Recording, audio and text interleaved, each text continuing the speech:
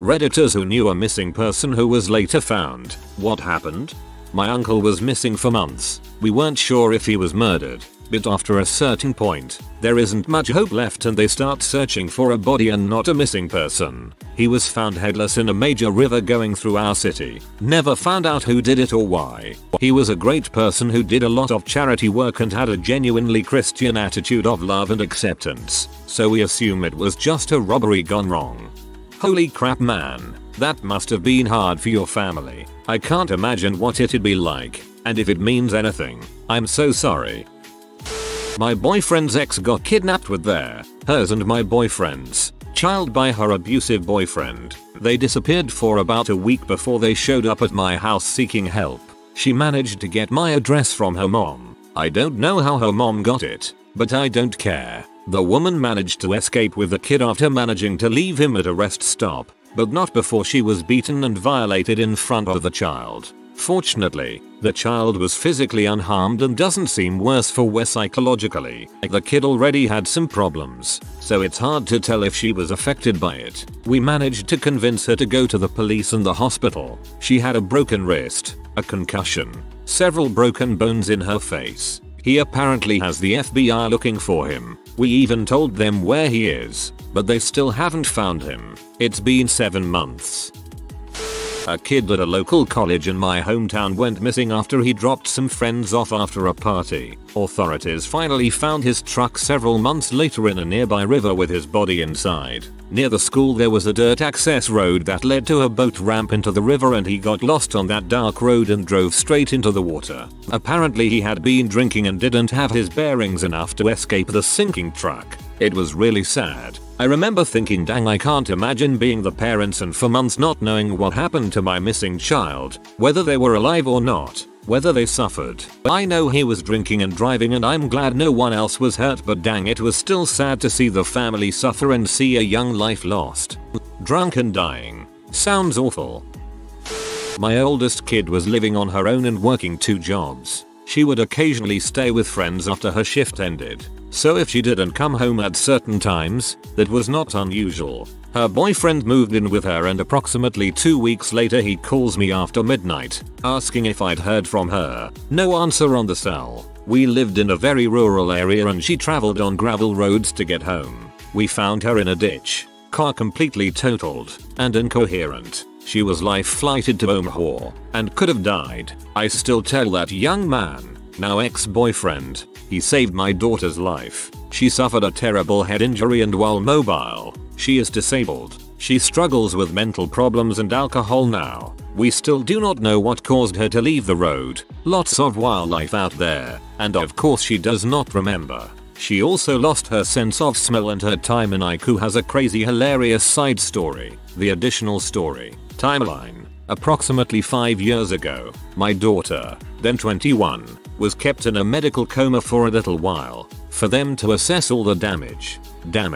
Bruised heart, bruised spleen, almost removed, bruised kidney, one hip completely dislocated, later left her with drop foot, the other hip shattered, some fractured vertebra and the head injury, and when she woke up, she was naturally disoriented. However, she had just gotten done reading the Twilight series. She seriously believed she was going to turn into a vampire. Her friends were freaking with her, saying, "Hey girl, when you get out I'm gonna let you have some of this A negative." Gestures towards her with drink cup.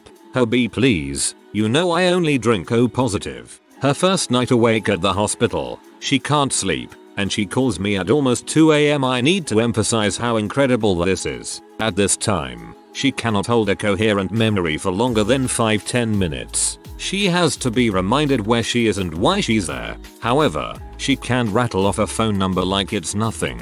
But I don't want to be a vampire. She only calmed down after I told her I'd kill the head vampire, which would change her back. Mom, I need to talk with Edward. Do you have his number? Me, no honey, I don't have it. Well, what about April's number? Me, no honey, I don't have that one either. Well, check the caller ID. It should be on there. Me, honey, you haven't lived here in a long time. If you've been speaking with them, they haven't been calling here. You know what? Never mind. I think I remember it. I'll just call them. Me, Horrified about who she may call. You can't do that. It's after 2 AM. So, they're up. As soon as I hung up, I called the nurse's station and told them to take that goddamn phone away from her. This lasted 3 days, and we still give her a hard time about it.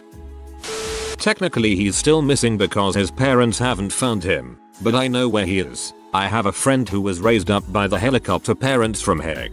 They made the Lannisters look like the Huxtables. They had his whole life mapped out for him, including when he was going to get married. When he went off to college he was outside of their sphere of influence, and then just vanished without a trace. His parents were pretty aggressive about finding him.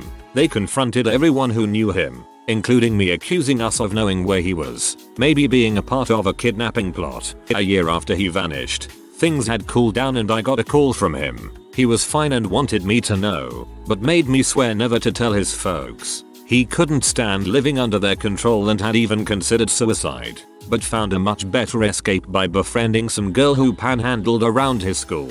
She had been a student but dropped out and her parents cut her off. She learned to take care of herself and convinced him that he would be better off living on the road as long as he knew how to take care of himself. She decided to move on to another town and offered to take him with and show him how to live on the road. He went with her and along the way they developed a relationship and fell in love. After a few months they settled someplace new and he was trying to develop painting skills so he could become an artist. She could play the guitar and started teaching to raise money. He told me the police found him, but because he was an adult who left on his own they decided he wasn't a missing person any longer. He asked them not to tell his parents where he was since he was running from them. He and his girlfriend have since gotten married and they have a couple of kids together. He's able to make a living painting murals for businesses and organizations and she teaches music. They seem happy and they don't want a thing to change. His parents sometimes reach out and ask if anyone has heard from him, but I always say no because he doesn't want to have anything to do with them. I sympathize with this man. Also, this story is slightly funny in a sea of murder, but oh man, his parents. I can't stand how mine get and I kinda completely understand why he was just like alright, frick it. Not sure if this counts, but I went missing for a day when I was 4. My mom was part of this social group of parents and kids that went to a young kids amusement park zoo for the day. Mom was paranoid about losing my 1-year-old sister so she watched her like a hawk, but forgot about her adventurous 4-year-old. And as all moms do when they realize they lost a kid, she freaks the frick out, asking every parent, even getting security called. Eventually I was found getting off a ride by myself, perfectly fine and happy as a clam. Apparently I had wandered off, skipped the lines for some rides and nobody batted an eye. She bought a leash soon after that. My daughter and her 4-year-old sister were kidnapped by their mother and taken to Mexico for 10 days. She was trying to take them to an artist colony in Belize that she had seen in a TV show. Her brilliant plan was to drive across Mexico to Central America. She made it over 100 miles before being turned back by Mexican military. She was caught coming back across the border to get passports for them. The social worker in charge of the girls told me that it was an act of God that they weren't harmed since they went through one of the worst parts of the country. My ex spent several months in jail and got 2 years probation for her escapade. Neighbor kid disappeared when we were all teens. We all knew where he had gone, but since it was a crack house and we didn't want to get in trouble for knowing it was a crack house, or really be affiliated with the situation in the slightest, nobody ever spoke up. His parents submitted a report after a few days, and he was home by the end of the week, I think. Apparently he got really messed up and went to go find the bathroom but could only really think of using his parents. They found him passed out in their garage the next morning. I'm imagining going to your garage in the morning to find your son who's been missing for a week, drunk, passed out on the floor, probably in a puddle of his own pee. 10/10, would mentally image again. Didn't know him personally, but when I was at college a student went missing. Last seen at a party on campus. Big manhunt ensued. Cops, students, it was all over. They found him a day and a half later about 200 feet from where he was last seen. He had climbed over a low wall onto the roof of a 1-story building built into a hill. He fell off the roof and down into the outside basement stairwell and broke his neck, I believe, and died. Grew up in a small town. A little boy, maybe 3, went missing down the road. The family lived in a cornfield and the stalks were really tall during that time. My mama joined the search party. Everyone picked a row and started down it at the same time while holding up a giant stick. If they saw anything, they bobbed the stick up and down and shouted, "Over here." Well, my mama was on the far side of the cornfield when they found the little boy asleep by the creek. They think he wandered away and cried himself to sleep there in the patch of clover. He had some tuck behind his ear. When they gave him back to his parents, he was saying corn, corn, happy ending. I was reported missing once. Just for a matter of hours though. I was in 8th grade and my parents were annoyed that I kept waking up late for school and thus making my sister late, so they made me walk to school instead. I went the wrong way because I figured I'd just walk to my grandma's, much closer, and get a ride from her. Turns out my dad planned on picking me up shortly after dropping my sister off, but freaked out when I wasn't on the right route and called the police. He felt so awful when he found me, and so did I. No more being late to school.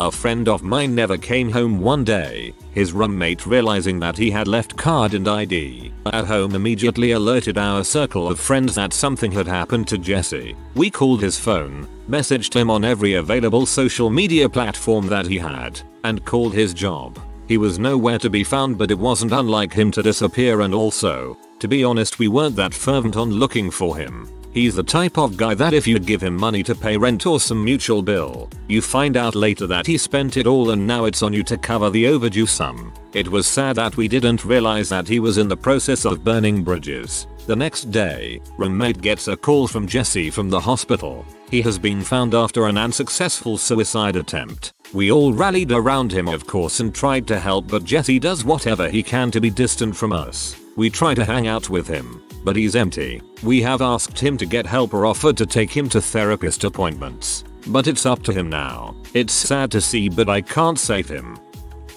A guy I went to high school with bailed on a potential baseball scholarship and started to follow fish. It could have been string cheese, I can't remember for sure, around the country. Eventually he stopped calling his mom. After a year or so, she found the police report in Vegas when he was arrested for vagrancy. She started to work in the homeless shelters in Vegas, saying she wanted to treat other homeless people like she hopes someone treats her son. One day he walked into a shelter she was working at. Turns out he had an undiagnosed mental illness. Today, he's a father and husband.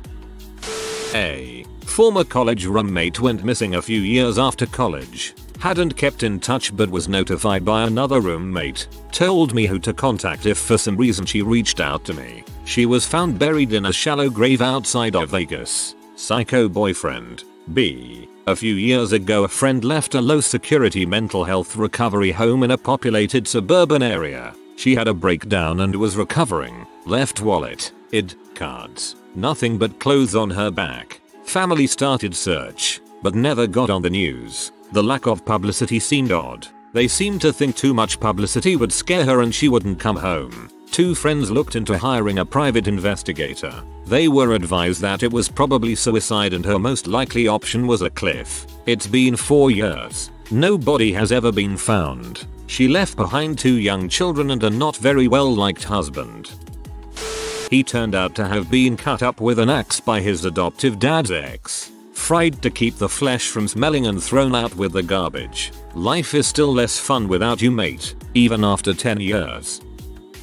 I was in elementary, but a girl from my local high school went missing in 2004. She was a junior and was last seen in her home. Her parents put her face on everything possible. You couldn't drive around town without seeing her on a street pole, milk carton, or newspaper. 4 years later, in 2008, a worker found a body in a suitcase at a landfill. He originally thought it was a mannequin, which were very common, but later he took a closer look. Turns out it was not her, but a prostitute, who was 10 weeks pregnant at the time. They identified her by her tattooed ankle and were able to use DNA evidence to figure out who dumped her there. The man they caught told the authorities of where and how he dumped the missing high schooler 4 years earlier. They searched for 2 months before they found her. For a town with relatively low crime, it was absolutely horrifying. There's a great Forensics Files episode about it. Not my story, but my wife's. She grew up a couple hours outside NYC in a smallish city. When she was in the 3rd grade, the kid she walked to school with didn't walk to school with her one day. It turned out his parents owned a Chinese restaurant and refused to pay the Chinese mafia protection money. They took their only son, completely ignoring their daughter. I think he was gone for a couple days and returned unharmed. My wife tried to use his kidnapping as leverage to go home early from school, but was told no, she was fine and to go back to class. This story touches me. My best friend found out only a year or so ago that her mother and maternal grandparents came over via Chinese mafia. They had to leave some kids behind in China.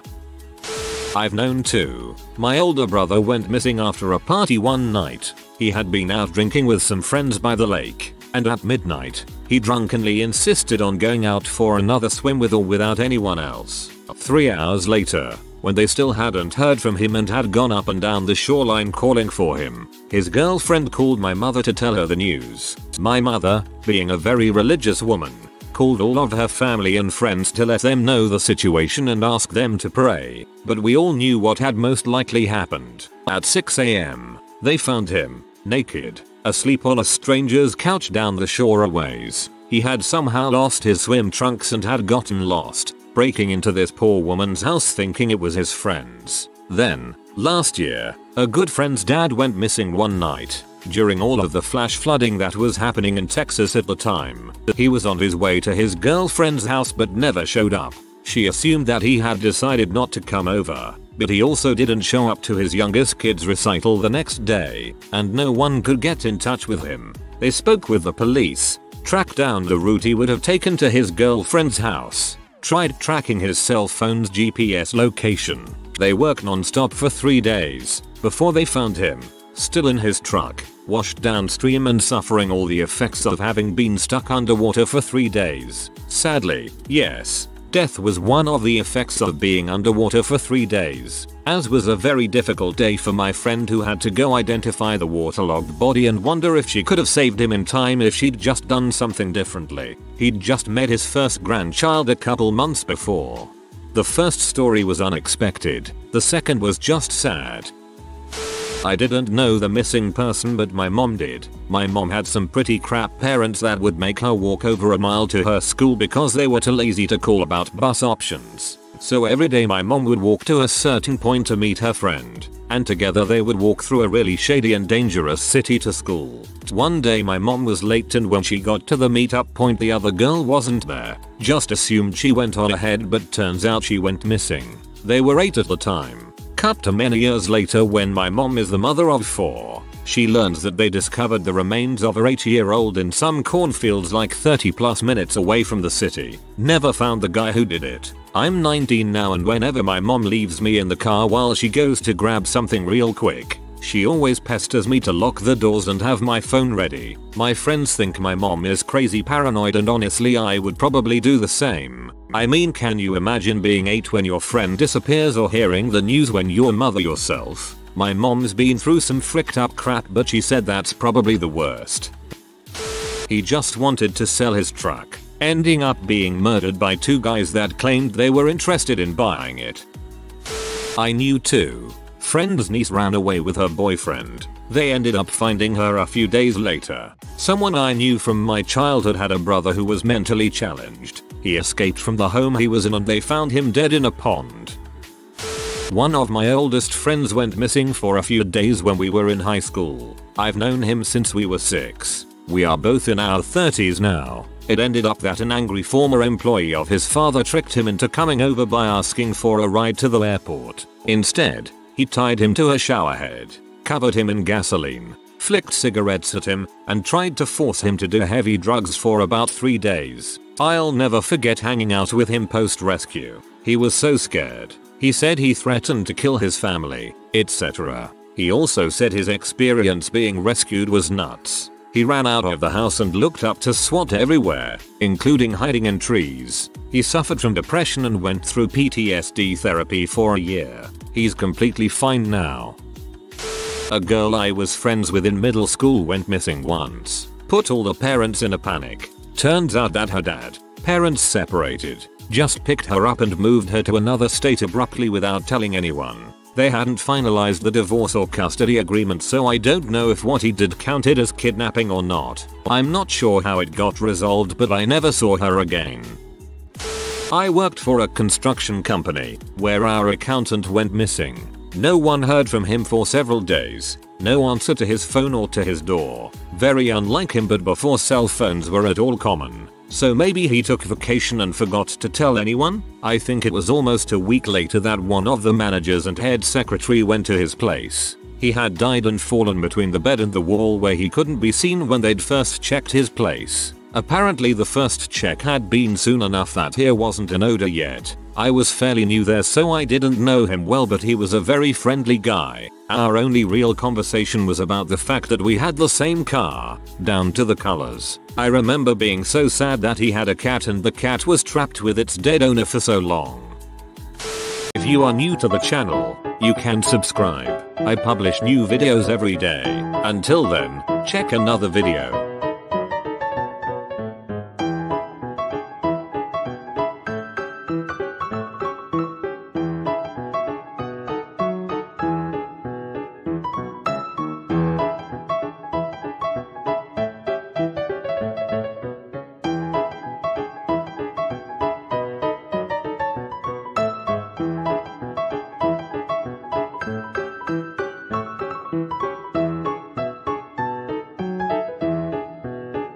Bye for now.